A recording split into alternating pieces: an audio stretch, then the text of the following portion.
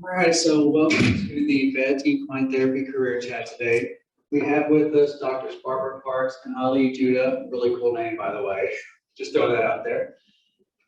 Here to talk to us about their career paths, their career trajectories, basically from leaving the institution to where they are now. And you'll have an opportunity to ask them any questions that you may have whatsoever on your mind. And employers, these career chats are super important because, no matter how many people we see in the room, we also post these on our YouTube channel and they get watched by a lot of students. So feel free to get as much information as you wish. So we're going to start with Dr. Parks. Please introduce yourself, tell us where you're working, and talk to us about your career trajectory from leaving college to where you are now. Okay, so I live outside of Nashville in Tennessee, and my career journey is a little bit weird. At Center, I was a financial econ and French double major, so that did not exactly set me on the path to be a physical therapist. I definitely did not know that this is what I wanted to do when I was in college. So no matter where you are right now, you can still be whatever you want to be, I guess, is the moral of that story. But after graduation, I was working an office job and I just was miserable staring at a computer screen all day. It was not what I wanted to do for the rest of my life. So I started volunteering at a therapeutic horseback riding center. And that's kind of what got me started down the physical therapy path. At that time, I didn't know that equine physical therapy was a thing, but there was hippotherapy where you're doing physical therapy for mostly kids, but people with disabilities on horseback. And so that was so cool to me and got me going to physical therapy school. So had to go back to school and do a bunch of prerequisites and live with my parents for a couple of years. And then I went to Belmont in Nashville for grad school. And when I was there, we had a chat from a canine physical therapist just for an elective day. And that's when I realized that you could be an equine PT also. And then down the rabbit hole I fell. And here I am now. So physical therapy is a doctorate program, 3-year doctorate. And then to do animal PT is an additional certification after grad school. So it was partially online, partially in person at UT's vet school in Knoxville. So that hopefully gives you a basic picture of how to get here. All right, thanks. Dr. Judah. Okay. So I grew up riding and showing horses, and when I was in high school, I just knew that I wanted to, work with horses in one way or another, whether it was training or going to vet school. And so I went to Center and graduated in 2012. And at that point, I wasn't really ready to apply. So I just took that year. So I didn't apply my senior year. And, I was kind of wondering, I was like, oh, I don't know, am I going to apply for it or not? But I ended up teching for Haggard in Lexington, Kentucky for that whole breeding season and then throughout the summer. And I knew it was something I wanted to do. I mean, I had applied that year in October before I started that job, but it just solidified the fact that I knew I was going to be doing what I loved. And I got into Tuskegee University College Veterinary Medicine and ended up doing that and graduated in 2017. And I knew that I wanted to do the more sports medicine route. And so I did an internship with Fairfield Equine in Connecticut for a year, and then went on to do a 2-year fellowship in sports medicine fellowship in Texas. And that's with Equine Athlete Veterinary Services. And that's who I'm currently with still. But when I was there, I knew I wanted to move back to Kentucky, and we're a completely ambulatory practice. So we just work out of these huge trucks and we have all of our equipment and we travel all over the place. I'm leaving Indiana right now, going back to Kentucky. And so I started the Kentucky Kentucky division of Equine Athlete, and enjoy doing what I do every day, pretty much. Very nice. So, Dr. Parks, can you tell us a little bit about what a day in the life of a horse physical therapist looks like? Yes, I can tell you what a day in my life looks like, but I don't know that it'll be the same for everybody. Right now, I work for myself, so I have my own business. I have my own farm here, so I usually have 2 to 3 boarders here at my house that are here for some type of rehabilitation. And then I also travel around to see folks in the greater Nashville area. So every day is a little bit different, which I love. And I get to make my own schedule, which I also love. So I can be as flexible or as busy as I want to be. But I usually start my day here and do, all the barn stuff I've got to do here, work with the horses here, and then get to clients around 11, 12 o'clock, and then work through the day and come home and then finish up stuff I've got to do here. So that it's a lot of driving. I'm sure Allie can relate to the it's a lot of driving. When you're when you're working and going to farms all the time, no one is close to you. So you're in the car a lot, but that's okay. We get lots of podcasts to listen to. Very true. Yep. And what about you, Dr. Judah? So I'm the same as Barb, definitely live in the truck, but it varies. So I grew up showing saddlebreds, and I knew lameness is universal. So I work on all different breeds and different types of disciplines and whatnot. But growing up in saddlebreds, I knew that's kind of industry that I wanted to focus on. So I pretty much have like a show season and then like an off season. So I'm getting out of the off season right now. Show season usually runs from like mid-March until late November. And that's like when my months are really crazy. But so now people are starting to gear up, and I'm so I have like specific barns that I go to, and some are just more, they're like my steady clients, and I'll follow them to horse shows and whatnot. And then we're a referral practice too. So like more difficult lamenesses to figure out, I'll do that as well. But so for example, yesterday, I was just based in Kentucky, went to a couple farms in Simpsonville. Pre-purchases are really big right now. People are buying and selling for the start of the season and whatnot. And so I did a pre-purchase in the morning. Then I went to one of my barns that has about 125 Hackney ponies that I'll follow around each show. And I'll watch them work, and then I go over them palpation wise, musculoskeletally, and then come up with a plan, whether we just do like routine maintenance, just try to keep them performing at like the top. And then I went to another place to do another pre-purchase and look at a couple more lamenesses. So it can vary, but there are times like during show season, I'll be gone for a week at a time. Like I guess my first horse show is in Raleigh, North Carolina, and I'll go and I'll follow my clients there, and just anything they need, whether it's emergency or just getting them ready for the horse show and making sure they stay the best they can, like perform at the top of their game. When I'm in Kentucky, I don't take call. So that's a big thing with my practice. We travel often, and so we don't take emergency calls at home. But when I'm at horse shows, I'm on call 24/7. So and I do get to make my own schedule in the sense I'm the only one. I'll cram as much as I can in one day if it gives me a few days off. And so I try to balance it out how I want to. So it seems like with both of your professions, there's a good amount of work-life balance that you've kind of built in to your day, which is nice.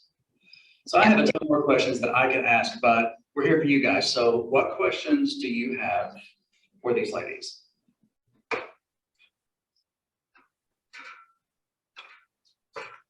So I actually want to apply to the Haggard internship, which starts in January to June. Do you have any recommendations for getting into that, or like if I get it, like what's the best course of action or like discipline? Is it like what exactly does that internship program entail? So I'd be interning under vet technicians, and of course it'd be foaling season. So I would work overnight, watching foals. Okay, so you'd be like in medicine. Yes. It's like with Haggard, they've got, oh, okay, awesome. Yeah, I think that would be an awesome experience for you. I mean, I think getting to have those experiences are really, really important because you got to figure out if it's something you want to do. But let's see, I don't like know as many people at Haggard anymore. So how do you apply for that? You just put it in a resume and they like ask you experience and whatnot? Yes.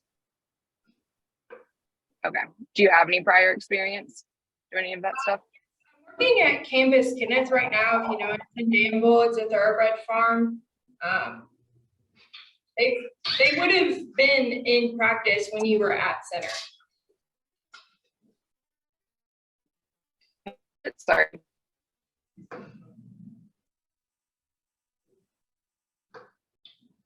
Okay, so it looks like your signal may not be the best. While we work on that, Dr. Parks, do you have any words of wisdom? I don't. I have absolutely no connections at all with them. So Allie's definitely your best person to answer that question. Sorry. I appreciate the honesty. Mm-hmm. Now. Can you guys hear me? You're starting to come back. Oh, I am? Okay, looks like I've got some bars. Let's see here. You guys can hear me now? Yeah. Maybe not. Oh, okay. But yeah, I think I missed what you said about the thoroughbred farm in Danville, but I think just having that experience, like that's going to be a huge benefit. And, you know, I think as long as, you know, you're eager and whatnot, then, you know, they're happy to take on people that want to do the job. So I'm just not as familiar with people in medicine right now and how that application process goes, but, you know, I can look into it. Feel free to email me and I can always try to figure out, you know, how it gives you a leg up to get into those. And also, what was Tuskegee like? I've heard of it, but like I've never talked to someone that's gone there. Could you explain that a little bit more? Yeah, Tuskegee. So it's an HBCU, so Historical Black College University. But I loved my time there. You know, the thing is, like with vet school, the whole pressure is just like getting in. You know, like I just remember stressing out in undergrad, just being like, oh, my grades have to be good. I've got to get in. But then once you're in, like I enjoyed every minute of it. You know, you're doing what you love. And so, but you know, my time there, I learned a lot. You know, I feel like I really enjoyed vet school, and there's so many people that stress out like once they're in there, and I'm like, I think you just need to enjoy it. But it's so it's 14 miles or something outside of Auburn. I lived in Auburn.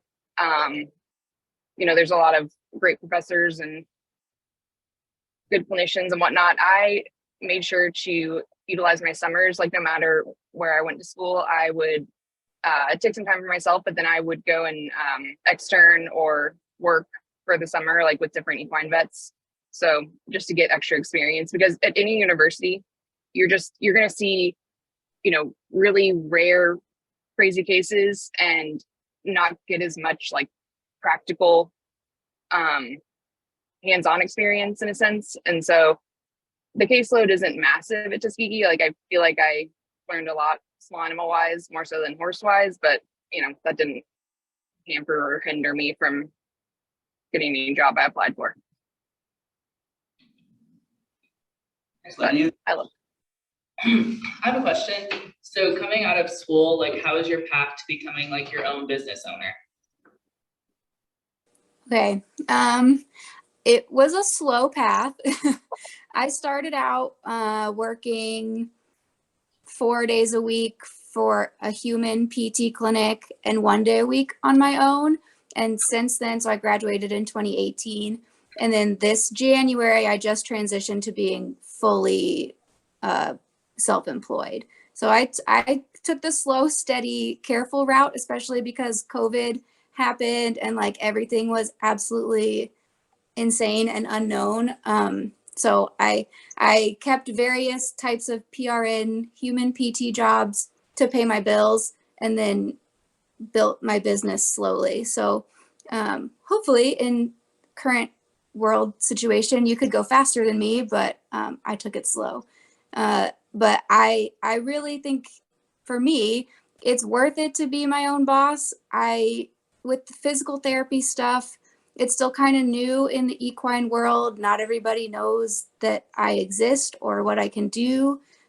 There are some states, Kentucky is one of them, that does not allow me to practice on animals. So keep that in mind if you want to stay in Kentucky. But being my own boss just gives me a lot of flexibility in how I build my business, what kind of services I can offer. It's totally awesome, but kind of scary at the same time. So what exactly is horse physical therapy and what is it that you can do? Sure. So being a physical therapist, I'm a human PT first. And then, like I said, we do continuing education certification to do the animal stuff. So physical therapy is all about the musculoskeletal system, the nervous system. How can we get you back to peak performance after an injury? How can we modify things to make your life easier if you have something that's going to be a chronic thing that's not going to go away? How can we look at your biomechanics, how you're moving, make things move better, work better, be more efficient, minimizing pain, all of that kind of stuff. So with horses, most of what I see currently are the chronic kind of pain situations, horses that just aren't moving right, or maybe are having some weird behavioral things. Most of the ones I see are guys that have like seen 5 different vets and the vets don't know exactly what's going on. Like they know something's not right, but it's not something we can find on imaging, or it's not something with a clear diagnosis. And then I'm working with owners to maybe change the way they're riding. That's kind of one of the best things, in my opinion, about being a PT is I know the human side too. So most of these horses are ridden. And if you've ever ridden a horse, you know how much you can impact how the horse moves. So if I can watch the rider and the horse together, and I can also evaluate them separately, we can kind of tease apart what might be causing the root of the problem. And that's sometimes things that a vet just doesn't have that background. So it would make sense that they wouldn't know how to tease that apart. So I think that's a really helpful thing I can come into play with. And then there's all the body work kind of stuff, manual therapy things I can do. But that's where Kentucky gets a little weird, is the hands-on stuff. So training wise, biomechanics, evaluation, human stuff is all good, but certain states don't like people other than veterinarians laying their hands on horses. So it's just a little bit, you got to be mindful of what the practice acts say in whatever state you're practicing in. And some states you can practice if you're an employee of a vet. So there's different, it's ridiculous. Truly the difference in rules between states, you just kind of have to look and see what's going to work, where you want to be. Hopefully that answered the question. I feel like I went on like a total tangent. Thank you. Other questions?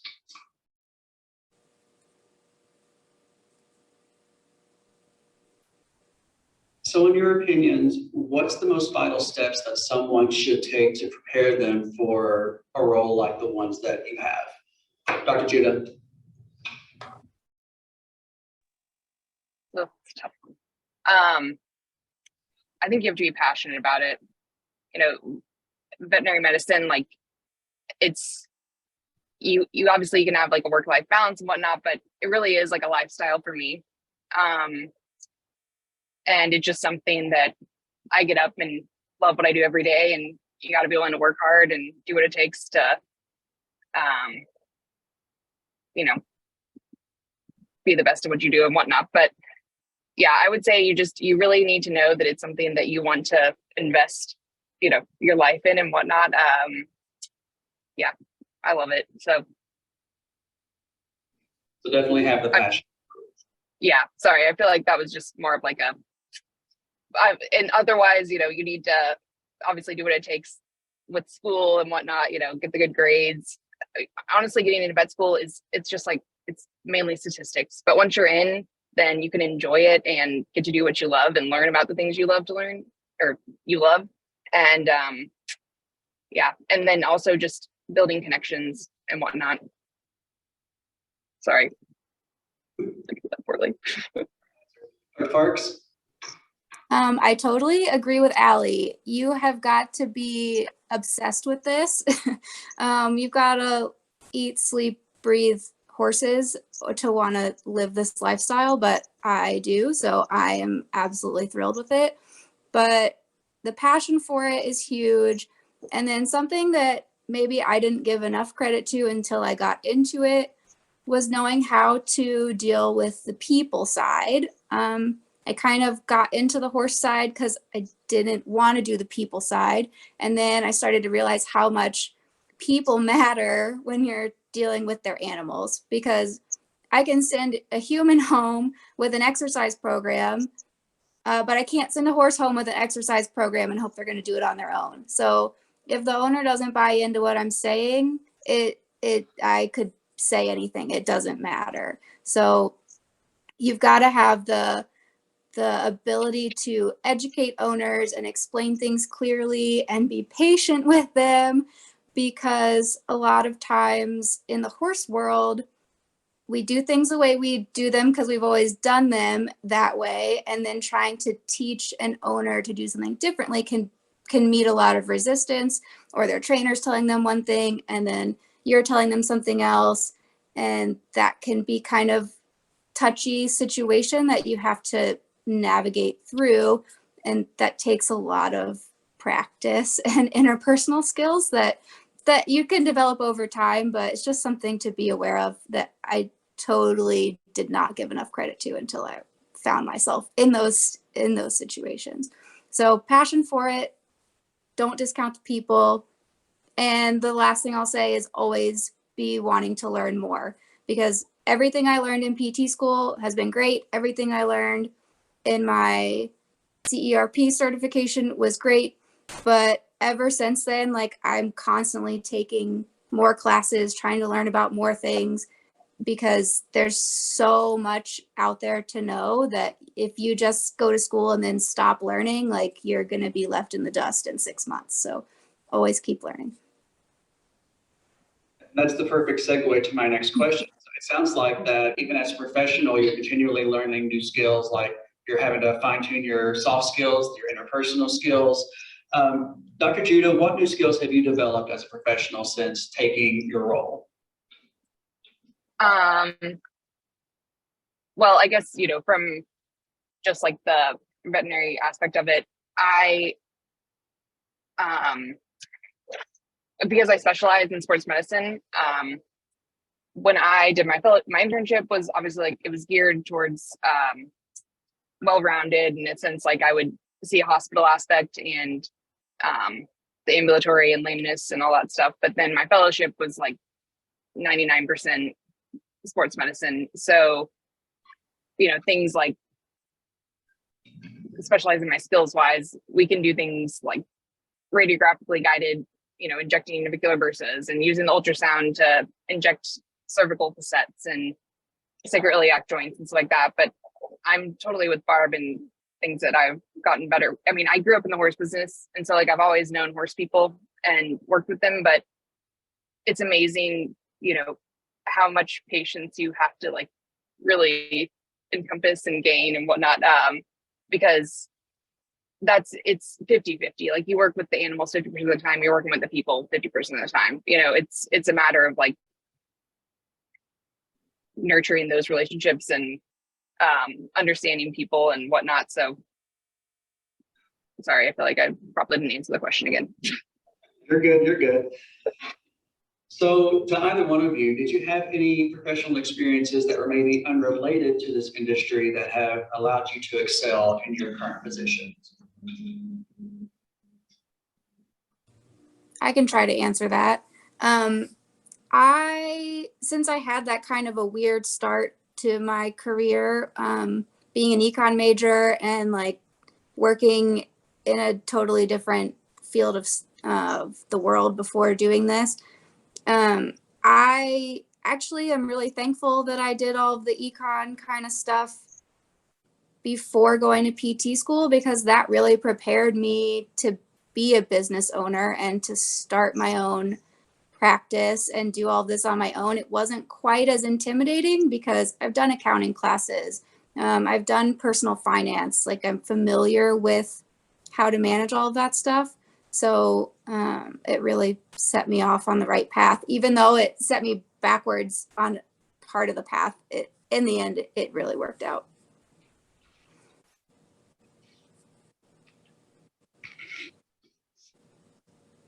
So students, if you have any questions at any time, you just jump right in. Tell me to shut up. So talking about, having econ and finance classes, prior to going into this, for both of you, are there any specific courses that you would recommend that students take to help them in your professions?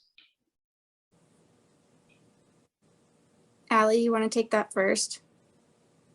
I mean, honestly, like, I think all the biology classes are key for me. I mean, I obviously, which if you're applying for vet school or anything related to that, you're going to have, those are all going to be prerequisites, but those all really benefited me. But I also think it's important to take classes that, maybe aren't science related.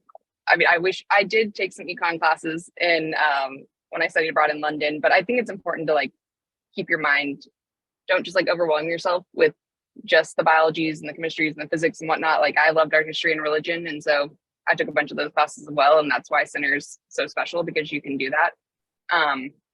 But yes, of course, like the things, they're prerequisites for a reason, but the biology classes were the key for me. I mean, I went in and like sailed through vet school because center is not easy, as we all know. So would you, Go ahead. I could tag on, but I don't need to. You go ahead. so would you say that like center was pretty like comparable to Tuskegee, or like was Oh yeah, there- I mean, honestly, I think that any vet school is going to be easier than center. Center was very difficult. Like, I literally sailed through, I mean, I was so well prepared that it just how to study and how to take a test and all these things. It's like, and I know just like from seeing curriculum from all these other schools, like, as long as if you're successful at center, you're going to be just fine in vet school. I mean, you're taking very similar classes. Yes, like they get more specialized and whatnot as you go along, and then we get to clinics and whatnot. But it's really, center prepares you so well that I don't think if you don't have any problem at center, then you'll have zero problem at any vet school. I agree. Same with PT school. I was very well prepared. And I didn't take my prerequisites at center because I had no idea what I was doing.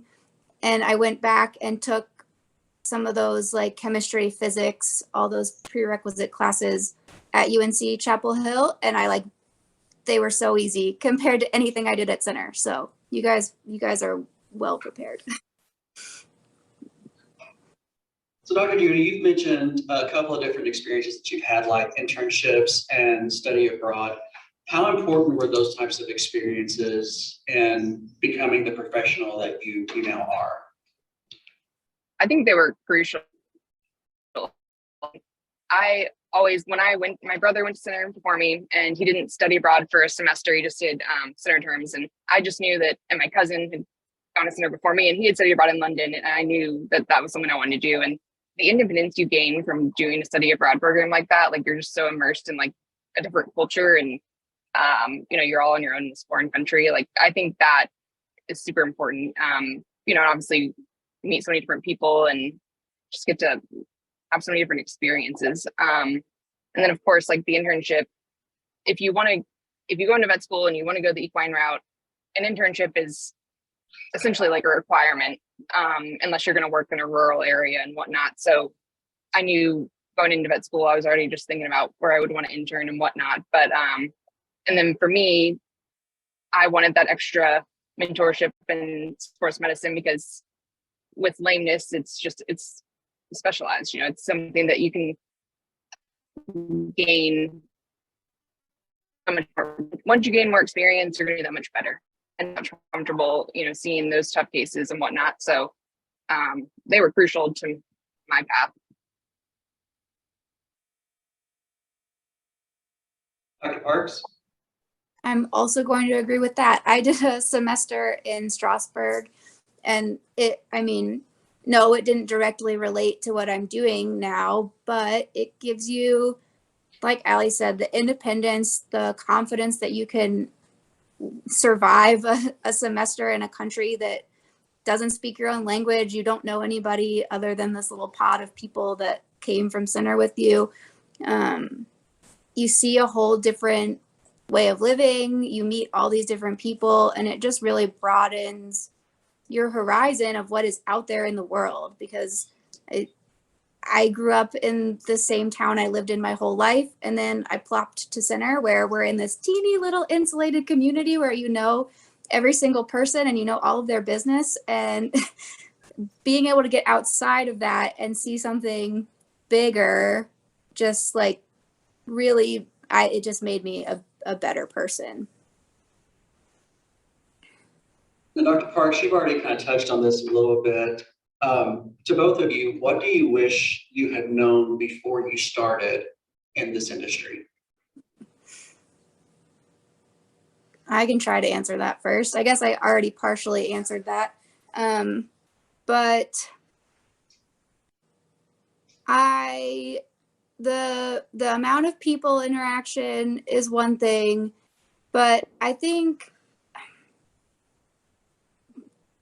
something else to keep in mind is like how big of a scope of horse ownership there is, because you have the show people, you have these different disciplines. Like, I think Allie does a lot with showing. I don't work with like anybody that shows. A couple of people I do, but I spend a lot more time with like backyard horse owners who just enjoy their horses and do clinics or whatever they want to do. So it's just, there's a really wide variety of that, and you don't have to serve everybody. That's kind of where you start to get into trouble, is if you want to be everybody's person, and there's just no way to be the right person for everybody. You're going to have clients who resonate with what you're saying and are on board, and you're going to have people who think you're totally nuts, and that's fine. It's sometimes hard to think that that's fine. It hurts your feelings sometimes, but it's fine. There's tons of people out there. You're going to be the right person for somebody. Yeah, I totally agree with that, Barb. I knew going into the equine vet world, like the hours, I knew the lifestyle, I knew the commitment, but I just think just being further aware of that. And also, like you said, Barb, it's like not everyone's going to like you, but I employed myself with the skills. Like, I made sure with my internship and my fellowship that that I would be good at what I do. And so, but like you said, you're gonna find people that don't agree, and they're gonna ask for a different opinion and whatnot. But then in the end, they're probably gonna come back to you because we do know what we're doing and trust our gut and whatnot. But I think it's also just continuing to hold that confidence. It's like, if this industry can tear you down in some ways, you get a lot of interesting clients that challenge you and test you, and it can be hard sometimes, but at the same time, it just makes you that much better of a vet, and it makes you communicate that much better, and just continue to believe in yourself. I mean, really, that's what I would probably going into it, like just always continue to believe in yourself and know how well educated and passionate and whatnot you are. So you touched on some challenges. What would the two of you say that some very difficult or frequent challenges might be that you face in your jobs? Allie, you want to take it or you want me to go? You can go first. Okay. So the question is, what are the challenges I face the most often? Yeah. Did I get that right? Okay. So there's maybe two categories of challenges, in maybe three categories of challenges, the way I'm seeing it. The first category is like behavioral training challenges, and that can be either the horse doesn't have the training to then do the rehab program that we're talking about, or the owner doesn't have the training skills to implement the rehab program with their horse. So that is an area where I've spent a lot of time trying to develop my own skills and being able to train and coach people how to train their horse to be able to do what we need to do to get their horse better.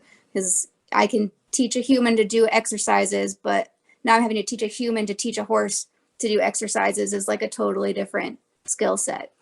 And then my second category is going to be problem solving. The mystery horses that like no one knows what's wrong with them. They've seen 5 different vets. They've had all the imaging done. Nothing is showing up, but the horse is not right. So that's my favorite kind of challenge, because I get to do problem solving and use critical thinking and all of the things that I've learned along the way to try to tease it out. Sometimes it's very frustrating and I don't find the answer, but those are fun for me.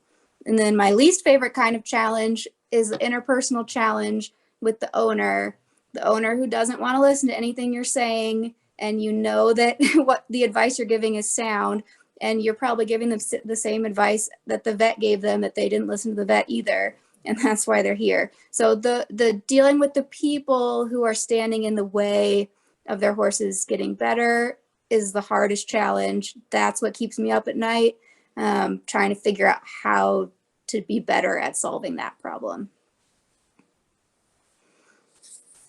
Judah? I agree again, Barb. I feel like our work is obviously extremely similar. It's my number one challenge is definitely like just honestly dealing with clients. I mean, the horses, if some days you're going to have a bad day and nothing's going to go right, it's like, for example, if I have a in-depth lameness that I'm trying to figure out where it is, then we do things called diagnostic blocks, and use carbocaine and whatnot to try to figure out, pinpoint an area. Like obviously those days can be really frustrating if, you've blocked an entire leg and nothing seems to go sound. But that's like Barb said, that's like one thing of challenges. But really it's just like the communication and the relationships with your clients. I mean, you're not always going to agree, and it's just a matter of like, and then I deal with trainers mainly, but when I have to bring in the owner aspect, and I'm more than happy to communicate with all parties.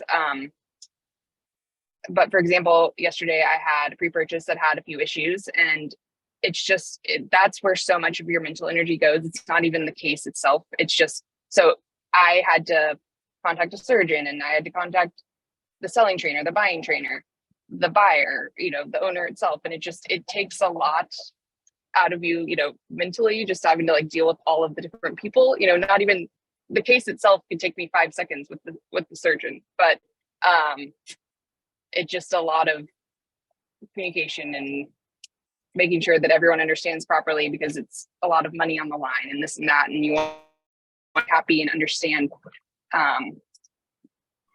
what you're trying to get across and how, and whatnot. But yeah, so I would say the biggest challenge for me is just, and sometimes you get really crazy clients, but you have to chase them down. But yeah. If you all could go back and do it again, would you do anything differently, or would you not do it at all? Center probably wouldn't want me to hear say this. Every single prereq that I struggle with, which would be physics or chemistry, away from center, and organic chemistry.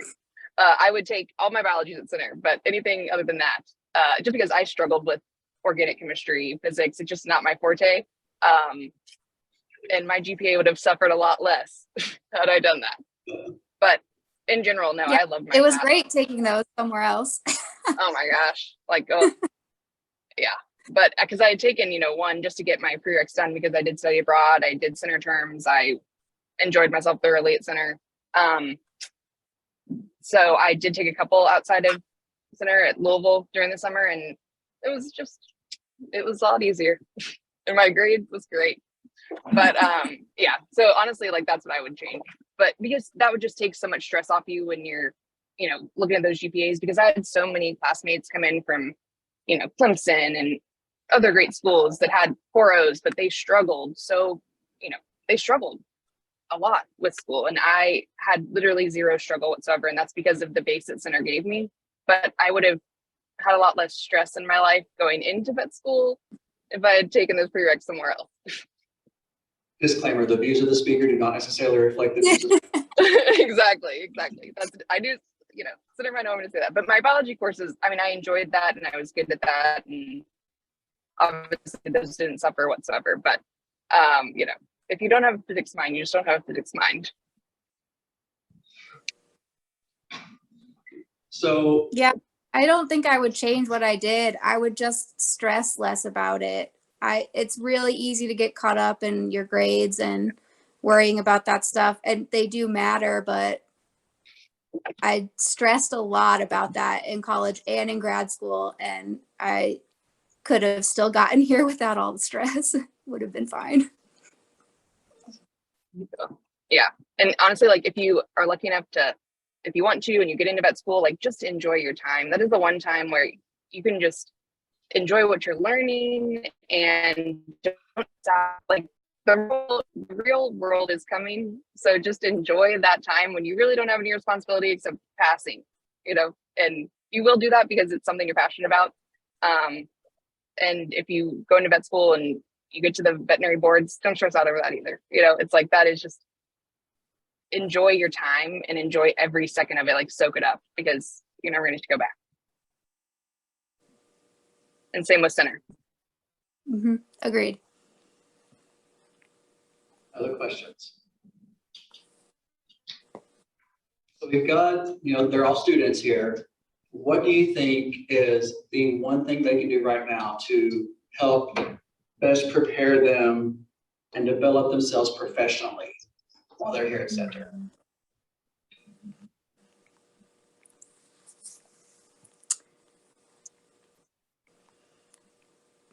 That's a hard question. The one thing, all of my answers are going to be like big picture answers, like expose yourself to as many different things as you can. Enjoy the fact that center is a liberal arts college and you can take all kinds of wacky classes that you can't take anywhere else. Like make yourself as well-rounded as possible. That's what I think did the most for me coming from center, is that I'd had all of these wide-ranging experiences that the other folks I went to grad school with didn't have. A lot of them were on a track and they did what they needed to do to get to grad school. And maybe that's the benefit of me being kind of like a wandering soul that had no idea what I wanted to do. But I had all these experiences that gave me a different perspective, and I think have given me more of the creativity to now go out and like make my own way in this industry.